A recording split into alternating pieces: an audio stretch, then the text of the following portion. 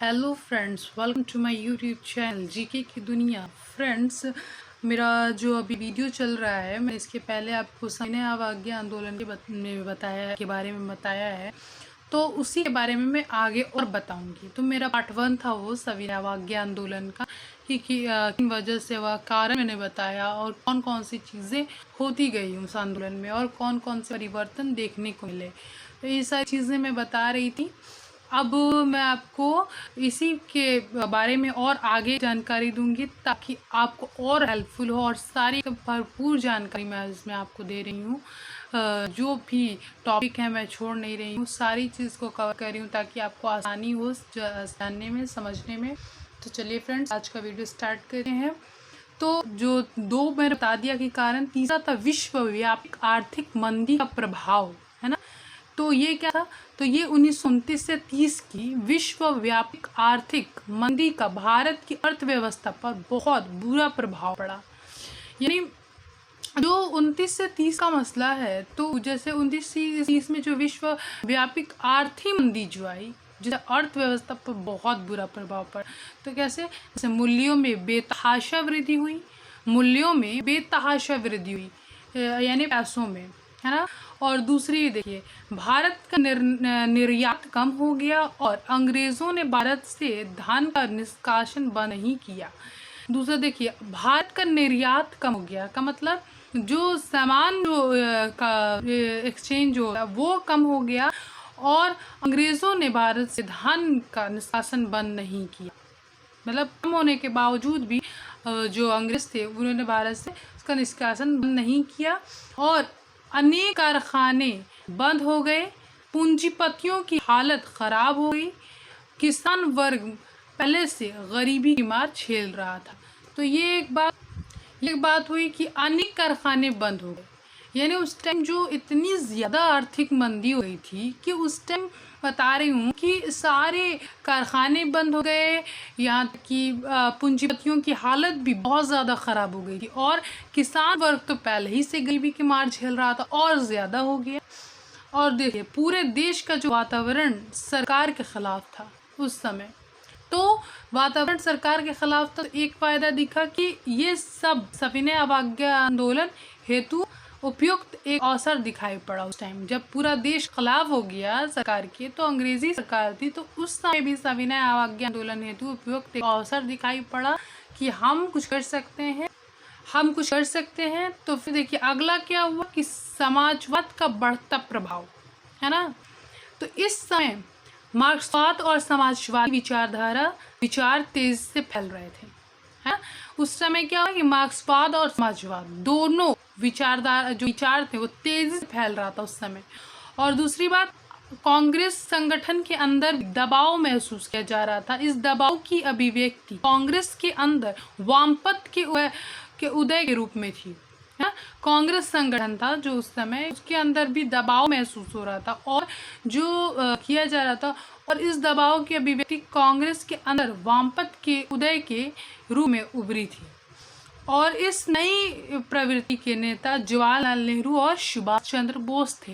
ये भी मेंशन मैंने किया है, ये भी काफी इम्पोर्टेंट है ये सारी चीज़ें कि उस वक्त कौन से लोग थे जो इसके सपोर्ट में थे, कौन से उस आंदोलन के प्रमुख नेता बने, कौन जो चीज़ परिवर्तन हुए जो आंदोलन के समय, तो उनमें कौन कौन से चेंजेस जो हुए, तो उसमें कौन कौन से लोग पार्टिसिपेट किए, किनकी अहम भूमिका रही उस वक्त, और क्या कारण रहे और किस वजह से। तो ये सारी चीज़ें मैं टॉपिक वाइज बता ही रही हूँ, और मैंने मेंशन भी कर देती हूँ हर चीज़ों को कि ताकि आपको आराम से समझ आए। तो यहाँ देखिए, सुभाष चंद्र बोस और जवाहरलाल नेहरू वो जो इस नई प्रवृत्ति के मुख्य मतलब अहम सदस्य थे, वो थे जवाहरलाल नेहरू और सुभाष चंद्र बोस। अब बात करते हैं आगे कि वामपंथी दबाव को कम करने के लिए आंदोलन के नए कार्यक्रम की आवश्यकता थी। वामपंथी दबाव को कम करने के लिए आंदोलन के नए कार्यक्रम की आवश्यकता थी। और आगे की बात करें जब हम, तो आगे की बात करें, देखिए, तो वामपंथी दबाव को कम करने के लिए आंदोलन के नए कार्यक्रम की आवश्यकता थी। और दूसरा, अब अगले बात कर रहे हैं कि पांचवा कार्य था क्रांतिकारी आंदोलन का उभार, है ना। इस समय भारत की स्थिति विस्फोटक थी, काफी बहुत ज्यादा। इस समय भारत की स्थिति विस्फोटक थी। या देखिए, तो मेरठ षड्यंत्र केस और लाहौर षड्यंत्र केस ने भारत विरोधी धारा को उग्र बना दिया। यानी जो मेरठ में जो केस चला था और लाहौर षड्यंत्र केस ने सरकार विरोधी विचारधारा को उग्र बना दिया, यानी बहुत तेज। और देखिए, बंगाल में भी क्रांतिकारी राष्ट्रवाद की गतिविधियां एक बार फिर उभरी। ठीक है, अप्रैल 1930 में चंडगांव में सरकारी शस्त्रागार पर क्रांतिकारियों ने योजनाबद्ध ढंग से एक छापा मारा, जिसका नेतृत्व सूर्य सेन कर रहे थे। उस वक्त देखिए, यहाँ मेंशन किया अप्रैल 1930 में चंडगांव में सरकारी शस्त्रागार था और उसमें क्रांतिकारियों ने योजनाबद्ध तरीके से एक छापा मारा, जिसका नेतृत्व कौन कर रहा था? सूर्य सेन। और अगला कारण पूर्ण स्वराज की मांग की बात। ये देखिए, पूर्ण स्वराज की मांग।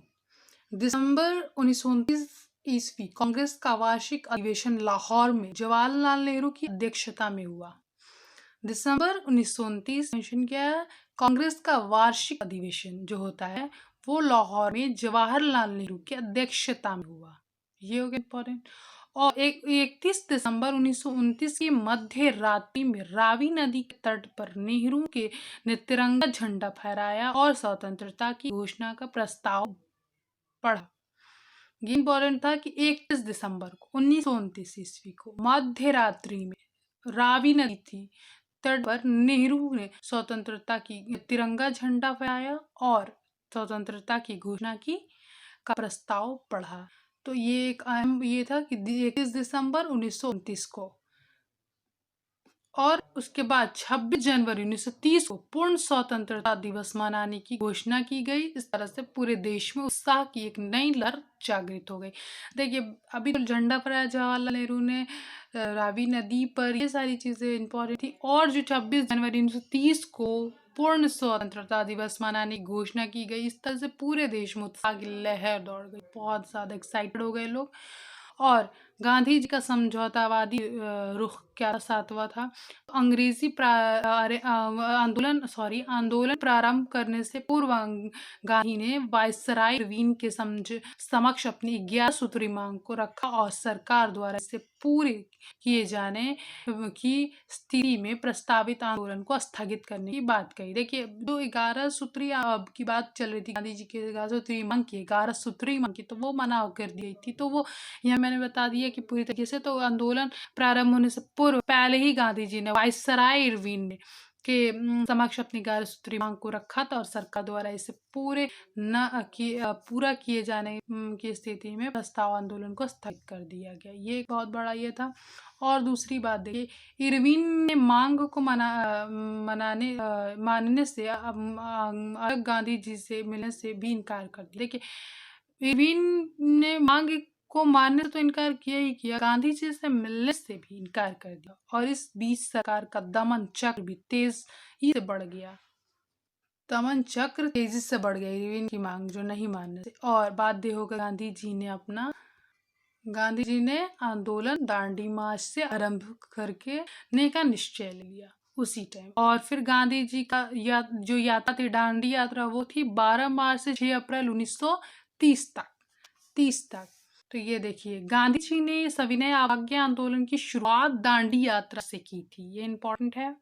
और 12 मार्च 1930 को साबरमती आश्रम से अपनी 78 अनुयायियों यानी फॉलोअर्स के साथ दांडी समुद्र तट पर गांधी जी ने ऐतिहासिक यात्रा शुरू की। देखिए, 12 मार्च 1930 में मैंने और साबरमती आश्रम से 78 अनुयायियों यानी 78 फॉलोअर्स के साथ दांडी समुद्र तट से गांधी जी ने ऐतिहासिक यात्रा शुरू की थी।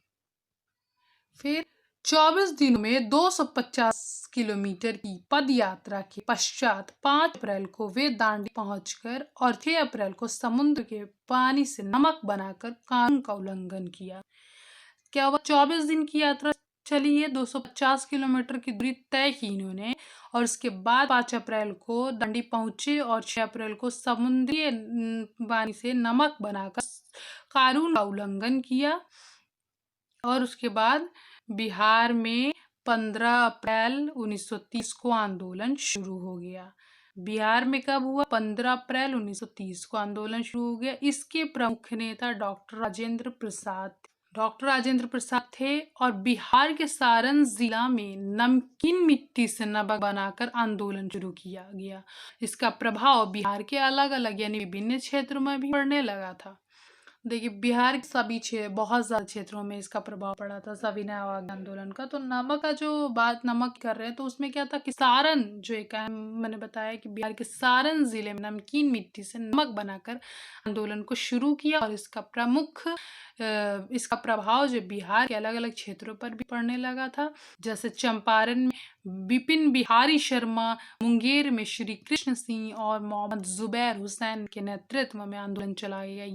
ये बात थी। चंपारण में विपिन बिहारी, मुंगेर में श्री कृष्ण, मोहम्मद जुबैर के नेतृत्व में चलाया गया आंदोलन। और छपरा जेल के कैदियों ने भी इसमें सहयोग किया। छपरा जेल के कैदियों ने और विदेशी वस्त्र पहनने से इनकार करते हुए नग्न रहने का निश्चय किया, जिसको इतिहास में नंगा हड़ताल भी कहा जाता है। ये भी एक इम्पॉर्टेंट बात हो गई कि नंगा हड़ताल विदेशी वस्त्र को पहनने से इनकार करने से हुआ और इनकार करते और नग्न रहने का निश्चय किया, जिसको इतिहास में नंगा हड़ताल कहा जाता है। और पटना में स्त्रियों ने विदेशी वस्त्रों का बहिष्कार कर दिया, जिसमें श्री हसन इमाम के नेतृत्व में विद्वांसनी देवी ने पटना में स्त्रियों ने विदेशी वस्त्र का बहिष्कार किया, जिसमें श्री हसन इमाम के नेतृत्व में विद्वांसी देवी ने आगे बढ़ाया। और इसका आंदोलन का प्रमुख मुद्दा नमक कानून था, लेकिन डॉक्टर राजेंद्र प्रसाद ने बिहार की चौकीदारी कर को प्रमुख मुद्दा बनाने का प्रयास किया, लेकिन गांधी जी के अनुरोध पर इस प्रस्ताव को वापस ले लिया। तो ये बहुत सारी चीज़ें मैंने अहम बता दी आपको फ्रेंड्स, और फिर मैं अगले वीडियो में कुछ इसके बारे में और बताऊंगी, जानकारी दूंगी। तब तक अगर मेरा आपको वीडियो पसंद आए तो प्लीज़ लाइक करिए, शेयर करिए और सब्सक्राइब करना तो बिल्कुल ना भूलिए। Okay friends.